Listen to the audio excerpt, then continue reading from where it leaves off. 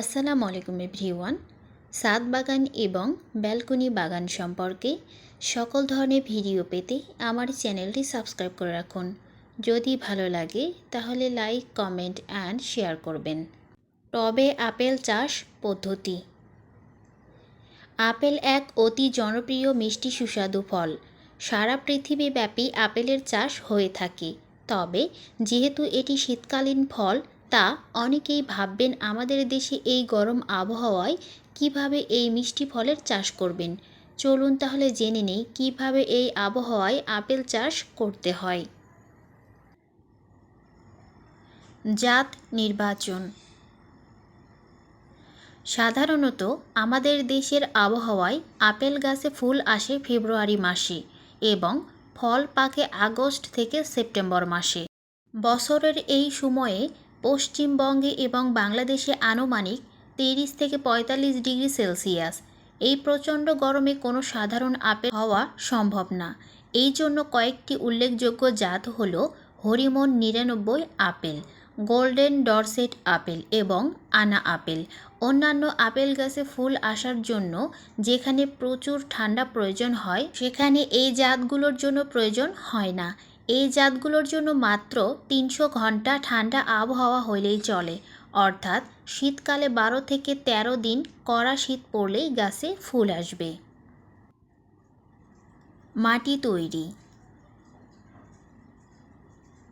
Apple গাছ করার অন্যতম গুরুত্বপূর্ণ বিষয় হল সঠিকভাবে মাটি তৈরি করা। 30 ভাগ মাটি, 30 ভাগ কম্পোস্ট, 20 ভাগ কোকোপিট, 10 ভাগ সাদা বালি এবং 10 ভাগ বালির পাথর ইত্যাদি। এরপর প্রতি এক বস্তা মাটির জন্য নিতে হবে 400 গ্রাম হাড়ের গুঁড়া, 200 গ্রাম নিমখৈল এবং 10 গ্রাম যে কোনো ফাঙ্গিসাইড পাউডার। এবার সবগুলো উপাদান একসাথে মিশিয়ে নিতে হবে।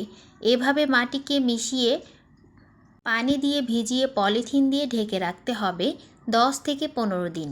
15 দিন পর মাটিগুলো রোদে শুকিয়ে গাছ লাগাতে হবে। পরিচর্যা। গাছ লাগানোর পর খেয়াল রাখতে হবে গাছের গোড়ায় যেন পানি জমে না থাকে।